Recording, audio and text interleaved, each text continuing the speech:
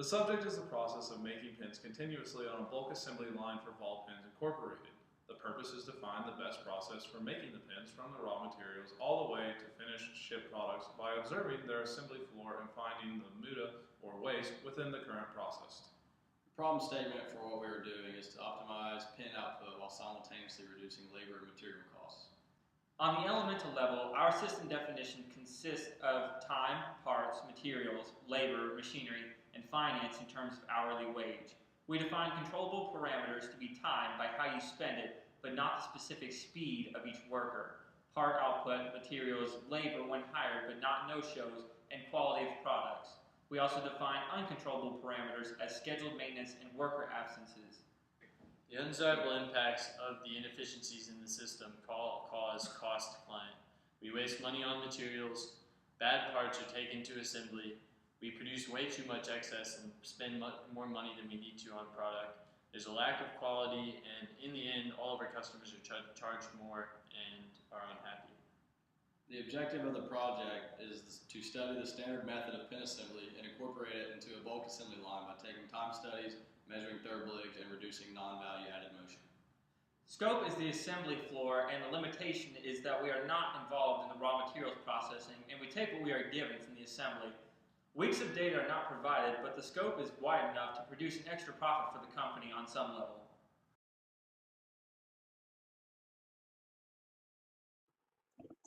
The master floor plan shows the layout of the initial facility. The spaghetti chart is a visual of the path that all of the parts will follow throughout the manufacturing of the pins.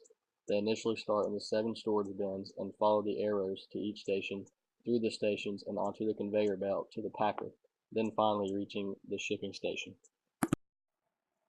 The process chart is a tree-like diagram that shows all of the parts involved in the process in the order that they are assembled, the materials that they are made from, and the standard times for each of the 4 groups of actions.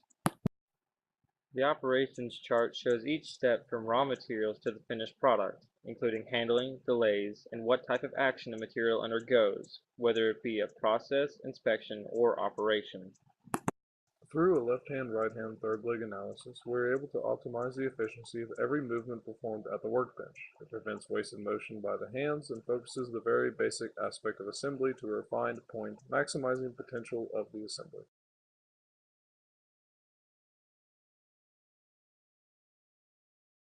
We must produce 50 pins including 20 black, 20 blue, and 10 red to fill 1 container or order. The layout consists of 4 workstations, a conveyor in the center, finished parts bin, and a shipping and receiving station.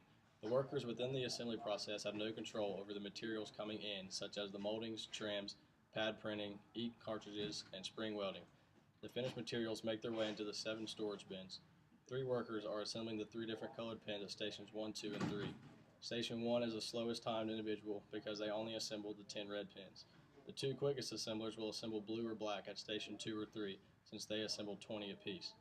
The final individual at station 4 is in charge of keeping the bins at each station filled and packaging the finished order. The 3 assemblers follow a procedure that follows with the operations chart, process chart, and left-hand, right-hand chart.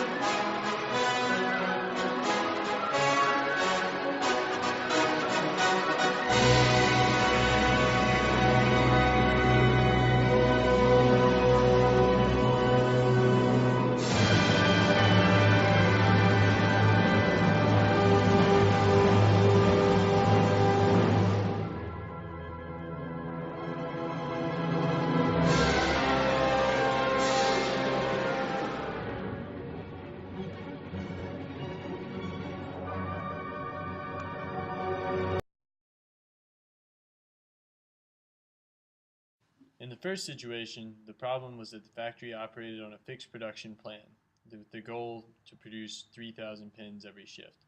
This led to overstock and potential lost profit due to overstaffing and overproduction. Using the Oracle Lean Manufacturing Simulation, we were able to project the upcoming demand and produce only what was necessary. Ball pen stands to make $13,450.80 more profit with the predictive demand model, with savings in the labor sector alone. Material savings are not included in that figure.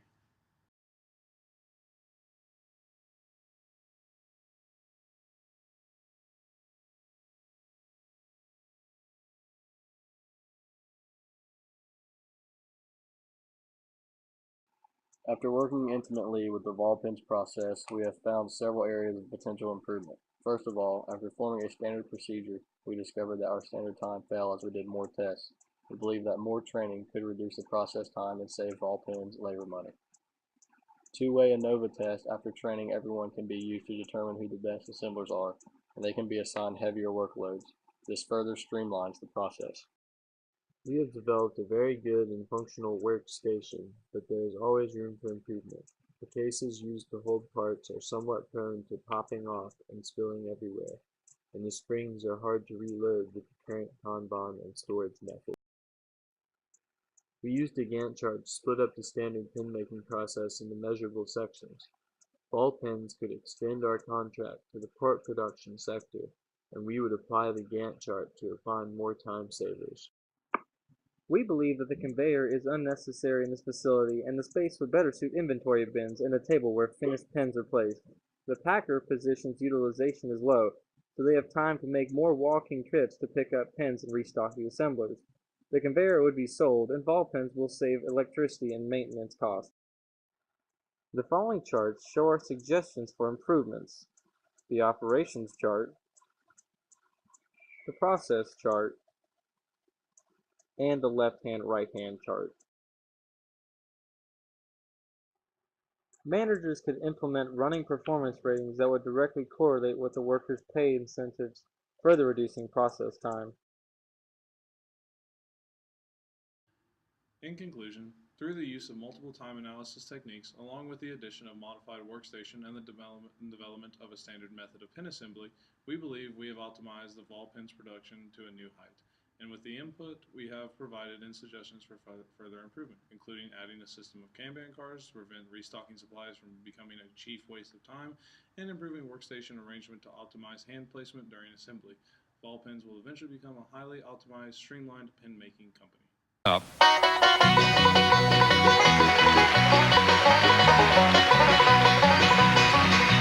Wish that I was on a rocky top down in the Tennessee hills.